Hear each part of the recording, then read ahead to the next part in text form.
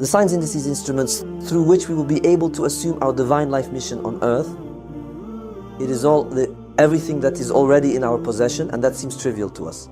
Ordinary, banal, as being not much.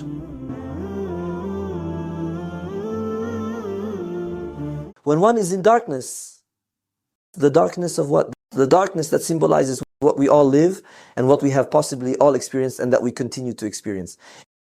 If we have not recognized our sanctuary and have not gone there, it is this notion of wandering. The darkness symbolizes wandering. The Prophet Muhammad was in that moment in a certain way when he receives the mission. When the mission is entrusted to him, he was in wandering. Allah tells us, وَوَجَدَكَ ضَالًا فَهَدَى. I draw your attention, it is exactly the same term that here Musa uses. أو أجد على النار هدى. I perceived. Finally, if we want to go into detail, in fact, when Allah describes the scene, He says the following thing that Musa saw. So Allah uses the verb رأى to describe the scene. When it is Musa who speaks, he does not say, إني رأيت نارا. he says, إني آنست نارا. and in fact, in this root anasa, which is the original root from which the word al-insan derives, the human beings, there is this notion of familiarity. That's why he did not use the verb to see. In reality, he perceives something that is familiar.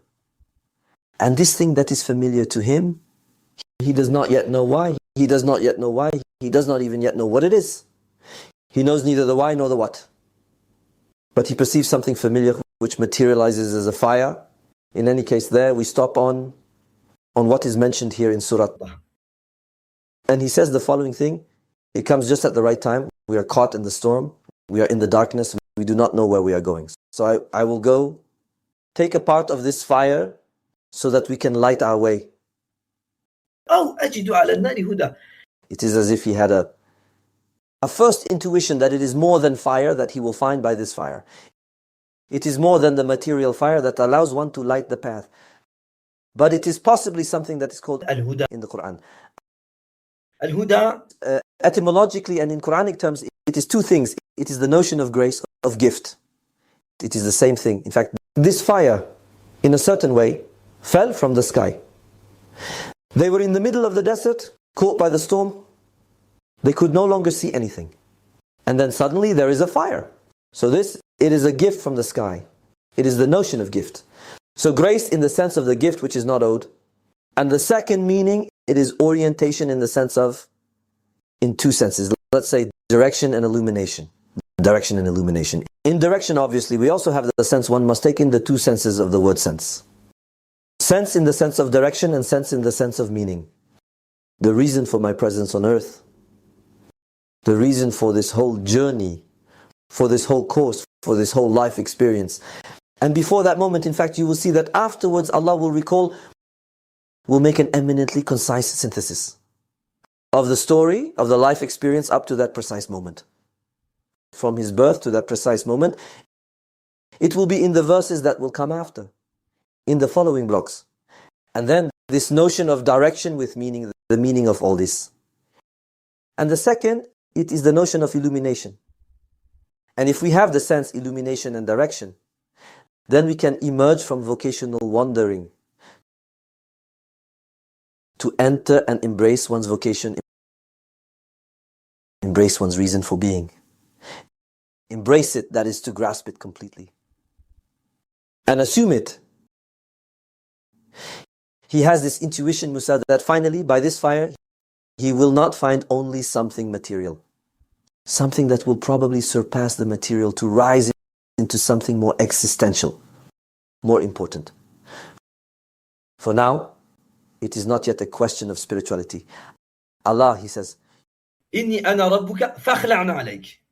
You must divest yourself immediately of that which, in a certain way, of that which prevents you from being of an immaculate purity, in order to be able to penetrate, in order to be introduced and included in your sanctuary salvation. So symbolically, what does that mean? That means one must divest oneself of everything that... How could I say that? So then, it is eminently symbolic because it is a symbol of... How could I say that? It is a symbol of status.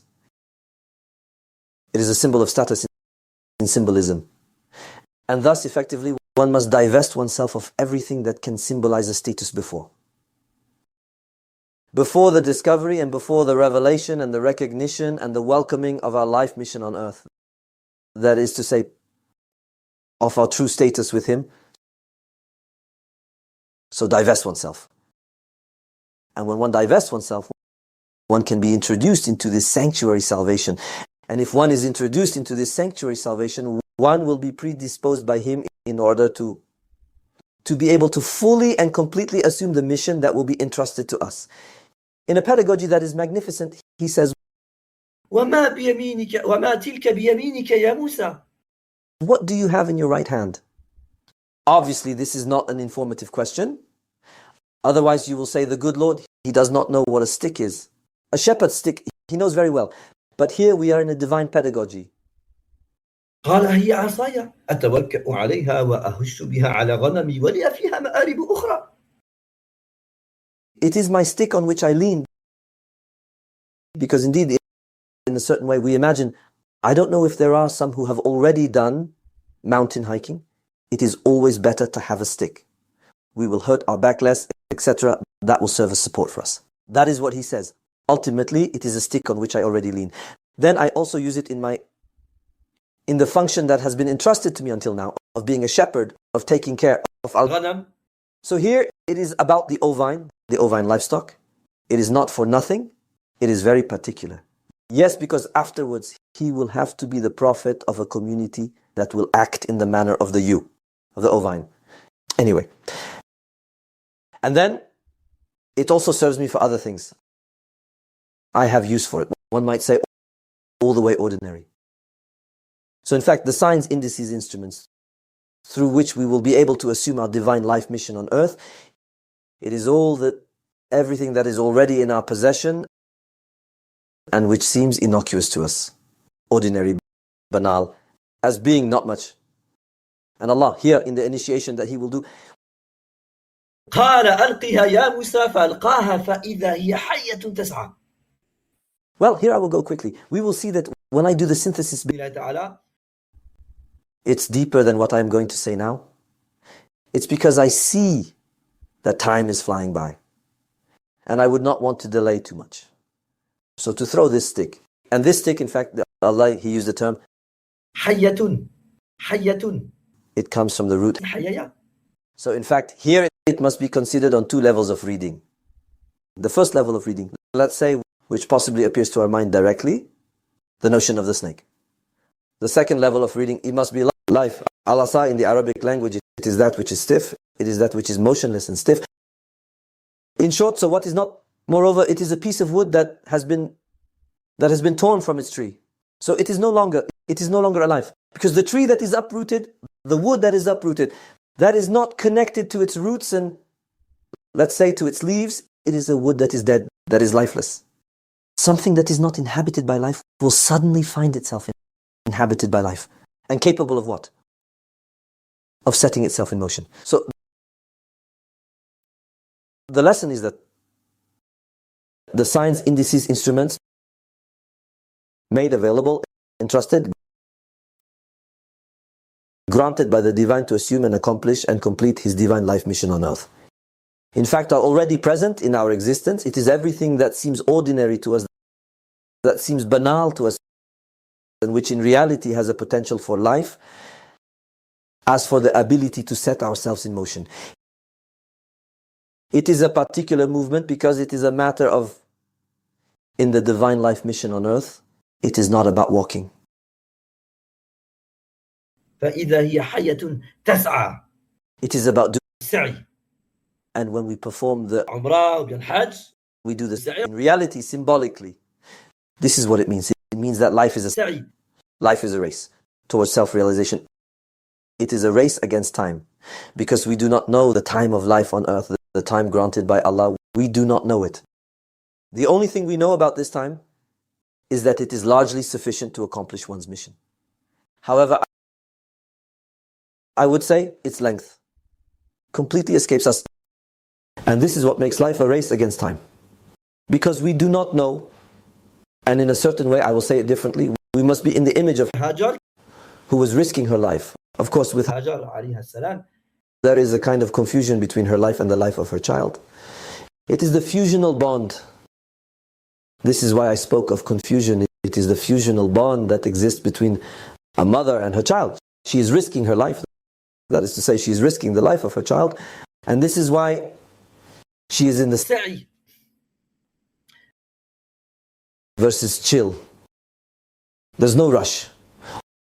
All the expressions of our era, which are in reality counter-initiatic. Chill, no rush, take it easy in the morning, take it easy in the morning, not too fast in the afternoon. It is an expression of people from the south. Okay, so this is the first sign. Sign, clue, instrument of the divine. And the second sign, it is going to be the one that everyone has. It is the hand. Now I will go quickly, but in the symbolism of the body, from a Quranic point of view, and which corresponds completely to what can be found in all spiritual traditions, the hand is the extension of the torso. And we could say from this point of view that the hand will extend a certain number of things, notably the heart. Notably the heart. And if we have understood that the heart represents our sanctuary, the order, it is issued and it is expressed, it is inspired in the sanctuary. So symbolically, what does that mean? It means that our hands are signs, indices, instruments to materialize and put into action, the orders that were issued in our sanctuary. We will call it that. In our sanctuary heart or in our heart sanctuary. To be its extension. So ultimately the hand, it will extend the order. And the staff, it will extend the hand. And then the heart, it extends what? Well, the heart, it is supposed to extend the divine ego. The heart is supposed to extend the divine ego. And if we want our hand, which symbolizes the instrument extension of the heart, to be of an immaculate whiteness that symbolizes purity, in the sense of the purity of intention, we have the necessity beforehand, indeed, to do the work we spoke of in the sanctuary. When the work is done, the ordinary becomes miraculous, the staff, which is ordinary, becomes miraculous, and the hand becomes pure. So we will really try to take advantage of this month of Muharram entirely. It does not stop on the 10th day, it is the complete month, which will have this effect on us. On condition of doing what must be done, of playing the game and doing what must be done, of introducing ourselves into the sanctuary salvation. And when one is introduced there, the ordinary becomes miraculous, and the intention is of an immaculate purity, the false divinity to all of us, and the little man first. 1, money. 2, all sources of pleasure. 3, children. Today, in fact, these 3 things are clearly false divinities. The notion of the ego is so misunderstood. There are so many errors, of aberrations, of monstrosities that are said about the ego that I am obliged to add the divine ego. The positive point is that when precisely our interiority is struck, it means that possibly, in fact, that's it. It is an argument. It is a sign. It is a sign that that's it. So I will say it differently. When the divine life mission is prescribed to us, our soul is struck in its own will.